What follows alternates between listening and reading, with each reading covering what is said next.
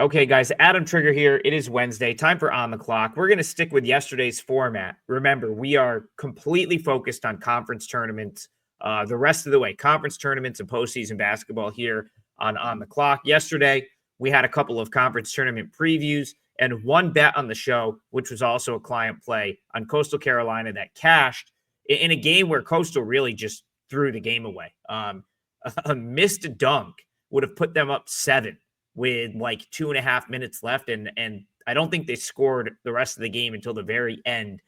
Fortunately, they took all 10 seconds to get that final shot off. It misses. They lose by 3, but we cover the 3.5.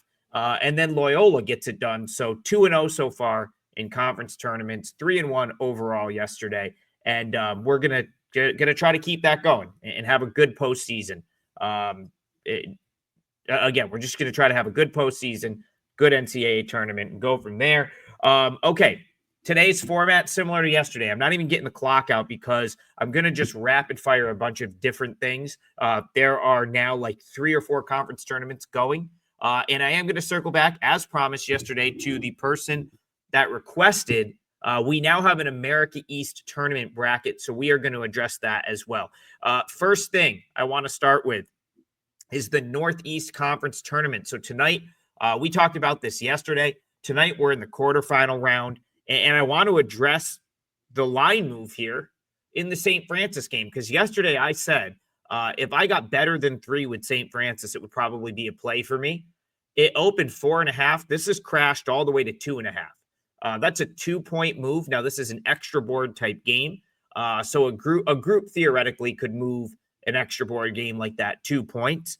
But I want to make sure that it's not injury related. So I still, having more time to think about the NEC tournament, I don't think there's any way that Central Connecticut State isn't in the NCAA tournament this year. I talked about this yesterday. They choked last year, but this was a much better league last year. You got to remember, last year you still had Merrimack, you still had Sacred Heart in this league last season. Wagner, who ended up winning it last year, was better. So again, it's like it was just a much better league. This year, you have an 18 tournament, and Mercyhurst isn't even invited, who is arguably the 3rd best team in this league, at least based on this season. So it's a really poor field.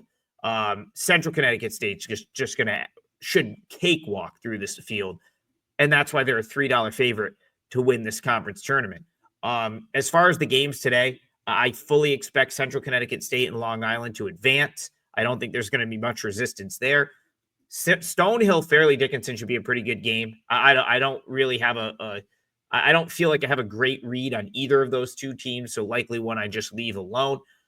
And then that brings me to this one, the Wagner St. Francis game. If St. Francis is healthy, I'm gonna end up adding this. Like, and the thing is, like, I know a good amount about the St. Francis roster.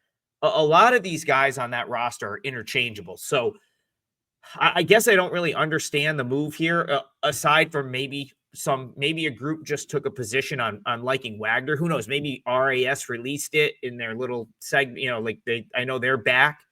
They can move numbers. I know they play some extra board stuff. So, maybe it was a release somewhere. And then everyone did the whole set up and go thing and move this 2 points. Whatever it is, I disagree with the move. Unless there's like wholesale injuries for St. Francis that I don't know about, I like St. Francis here minus the 2.5. So I haven't added this as a client play yet. I'm going to continue to do digging throughout the day. But as long as St. Francis is healthy, I think that's a really good. I would play back at that steam on Wagner. I don't think Wagner's any good. This isn't the Wagner team of last season that made the run, that just not as talented, not nearly as much offensive firepower as that team. So again, I have no faith in Wagner doing anything in this tournament. Now, it's not going to be like last year where they made a run out of the 6 hole and won this thing. I think St. Francis wins. And again, if you were going to take a long shot in this field, not that I think it's a good idea, but if you were going to, it would have to be St. Francis at 12-1. I think they're the only team that really has a chance to beat both of the top teams in this league, and a slim one at that. Okay, let's move on. I'm just going to quickly rapid fire the other conference tournaments. I got to be honest, I don't think I've made a single bet in an Ohio Valley game this season. So I'm not even going to claim that I have an angle there. I know my buddy Freddie Mills is on Morehead State. He's a genius. So if he likes it, I'll co-sign on that. I saw he posted Morehead State earlier. Again, I have no clue what the angle would be in that game. I know very little about those teams this year, but it looks like you've got a doubleheader of Ohio Valley games tonight, and I did see that he liked that one. The other conference tournaments, again, Summit League is another league that I haven't personally done much with, so no real opinion there for me. Big South, I do have many opinions. I just don't have a huge sort of angle in this particular game. I guess I think Gardner-Webb probably takes care of business and wins that game. But that is a neutral site, Johnson City, Tennessee. So those are not campus sites. Some of the small leagues play at campus sites, not all of them. So just important to know, I do think, though, Gardner-Webb in a neutral against USC Upstate probably gets it done. And now we'll head over to the Sun Belt. I intend to be very involved in this Sun Belt tournament.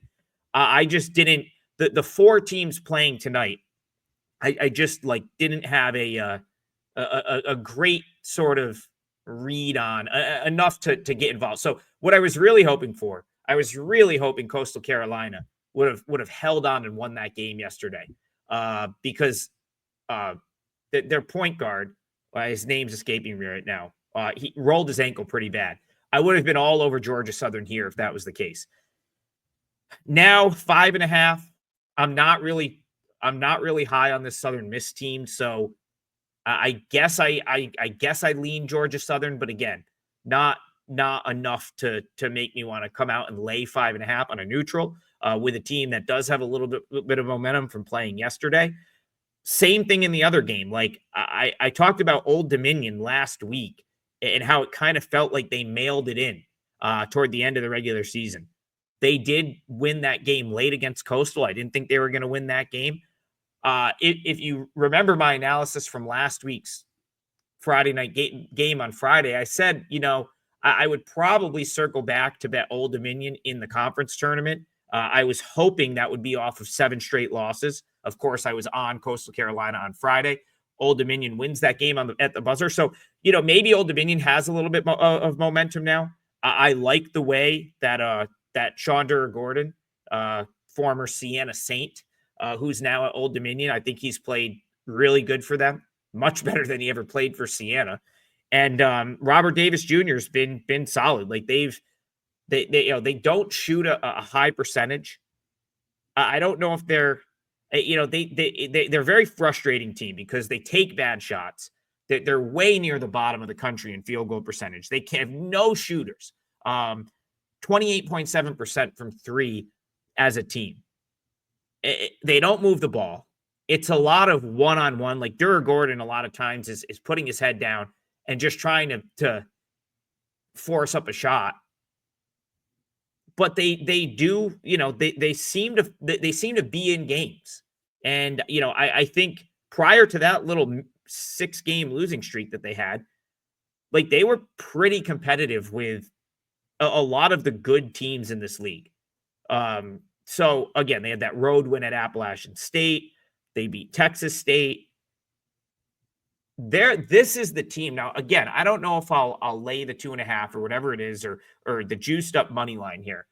But this is the team playing today where if they win, I wouldn't be surprised if they maybe, manage to win the next game, so on and so forth. But again, they still have to get through Louisiana Lafayette. Definitely not a gimme. But that would be my strongest lean in the Sun Belt today. I lean toward Old Dominion. I doubt this is going to land on my card, but I kind of feel like they're the right side there. And again, I think you just play them on the money line. I think they win. I wouldn't advise laying 2.5 when you can just play them -140 to win. All right, let's finish up with the America East, I saved this for today. I didn't want to talk about it yesterday because we had games yesterday. The bracket was not set yet. Now it is. And this is so I'm looking at these smaller leagues this year. The Patriot, I talked about Patriot yesterday, NEC, and trying to find value. But man, I think, and I'll save this for when we have a bracket, I think the value is going to be in the MAC, the MAAC. And we'll save that for early next week when we have a bracket because they're still playing games Thursday and Saturday. Central Connecticut State's probably going to roll through the NEC. I think Bucknell at even money is a terrible number. But if you put Bucknell on their home floor for the entire Patriot League tournament, like hard to believe they don't end up winning that conference tournament. And I kind of feel the same about the America East and Bryant. I do firmly believe that this is going to be the year that Vermont does not win it. It looks like Shamir Bogues might be out for potentially the upcoming games in this conference tournament. He didn't play last night. That was my only loss yesterday was Albany. And I thought that Vermont, like they were fortunate. They hit every shot down the stretch. But again, they're probably in trouble if Bogues can't play in the conference tournament. And then I just sort of look at these other teams this year. Like Lowell isn't as good as I expected them to be. Maine is good, but I just don't know if they're like ready for the moment. They seem to choke in like the bigger games. Maine does, that is. And they have had a heck of a time. Although I will say this, Maine, if they can get by Mass Lowell, who they now play again. So Maine beat UMass Lowell by 1 last night. They beat UMass Lowell by 1 earlier this season. They play UMass Lowell at home on Saturday. I think it's a decent matchup for Maine. I think they probably find a way there, but man, Lowell arguably could have won both of those games. I felt like Maine should have pulled away a little bit more last night. If Maine plays Vermont in the 3-2 game, I think Maine's going to win. I think Maine has lost something like 29 straight games against Vermont or something crazy like that. I had bet Maine earlier this year, maybe a couple of weeks ago, in the return matchup at home against Vermont, and they lost that game as a favorite. I think if Maine gets another crack at Vermont, they're finally going to win this time, which again would put them in the final. But there's no way I can see a team like Maine going on the road and beating Bryant. They're just too good.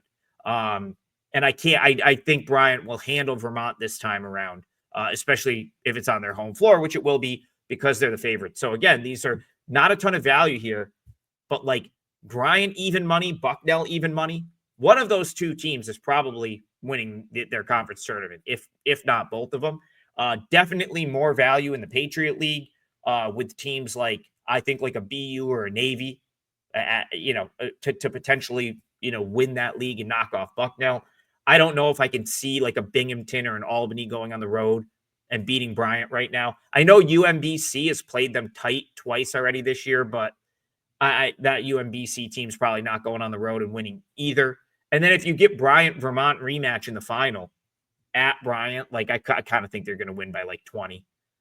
They're the class of this league this year, and I think this is finally their year. They've been right in the mix the last couple of years in this league, and I think Bryant probably gets it done. So that's all I got for conference tourneys. That's a little America East preview. We'll, of course, circle back with the America East later this week when we have matchups. Tomorrow, we'll talk Patriot League quarterfinals. Again, I guess I'm only leaving you with one pick for this show. That's St. Francis minus 2.5. I like that enough to recommend it. And as long as I can find that there's no real issues with St. Francis from an injury perspective, there's a good chance I add that as a client play, and I will tweet that out if I do. 3 straight winning days, 4% top-rated best bet up tonight at WagerTalk, going for 4 straight winning days in a row. Appreciate you guys following along, and we'll see you back here in the morning for more On the Clock.